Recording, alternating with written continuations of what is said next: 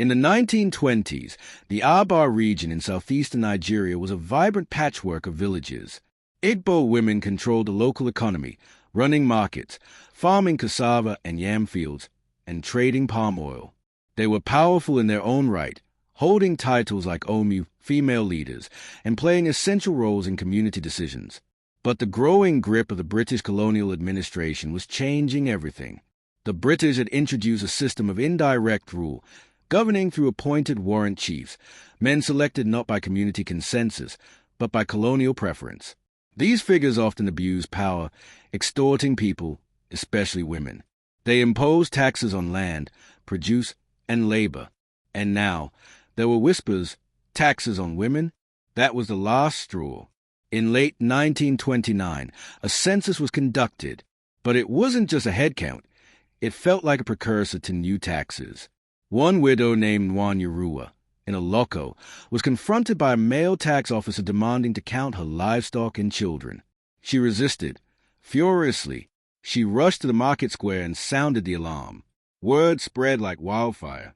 From Oloko to Aba, Yumwaya to Bende, women rallied. They formed circles of resistance using ancient communication, flutes, market songs, coded language. Within days, thousands were mobilized.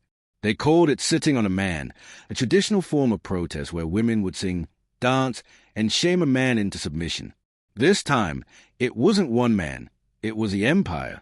From the town of Aba, the word spread like dry harmattan fire.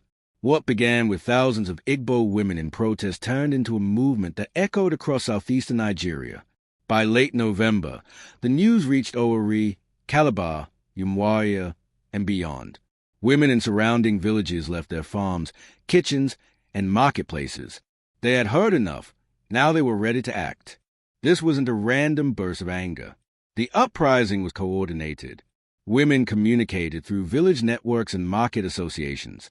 They called it sitting on a man, a traditional method of collectively shaming corrupt officials.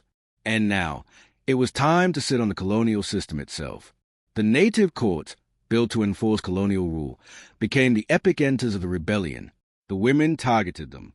In town after town, they surrounded these buildings, singing, dancing, and chanting. They demanded resignations. They demanded justice. They demanded to be heard.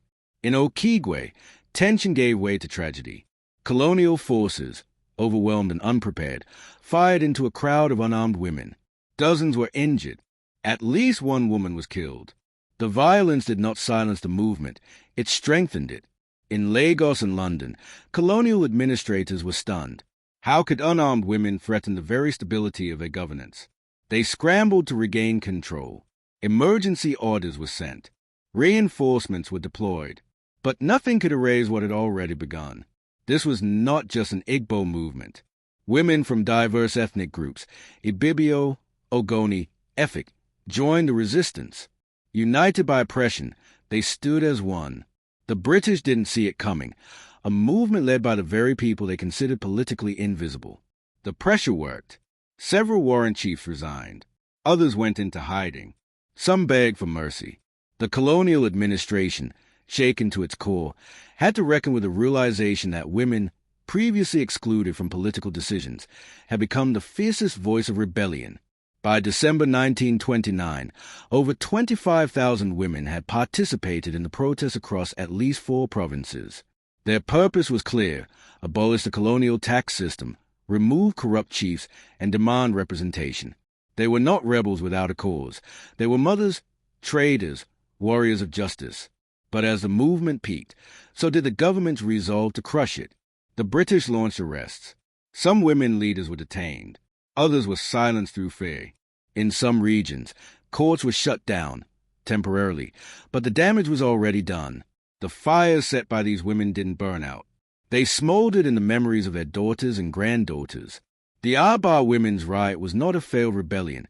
It was a powerful warning, a prelude to the larger struggle for independence, democracy, and women's rights in Nigeria. In the aftermath of the uprising, the colonial government responded with an iron fist. Over 50 women were killed, many shot during peaceful protests. Villages were raided. Arrests were made indiscriminately. Entire communities were traumatized. These women, daughters, wives, mothers, had dared to challenge a system that denied their voice. And the price was steep. Public outcry, both locally and abroad, forced the British colonial government to conduct a formal commission of inquiry.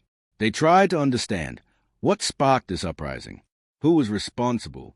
But behind closed doors, their real motive was clear: damage control. They feared the same flames of resistance could ignite in other colonies. One by one, the women came forward. They spoke in firm voices, through tears and defiance. They detailed the injustices they had endured: unfair taxation, corrupt warrant chiefs, disrespect to their traditions, the silencing of their voices. For the first time, the British were forced to listen, truly listen, to the African woman's pain and strength. The outcome was unprecedented. The British administration abolished the proposed direct taxation on women. Warrant chief positions were reviewed, and some were removed entirely.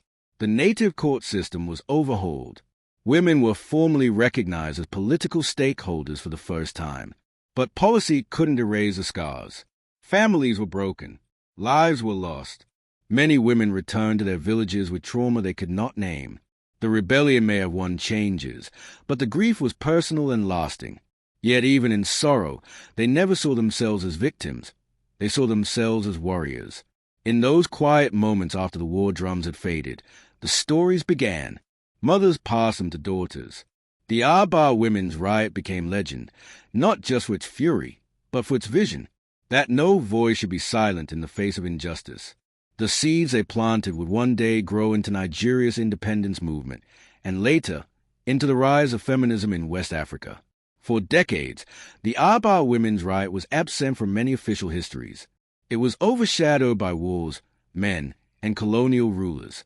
But the truth lingered in oral traditions, family tales, and dusty archives. It took time, but historians, many of them Nigerian women, began restoring these heroines to their rightful place in our collective memory.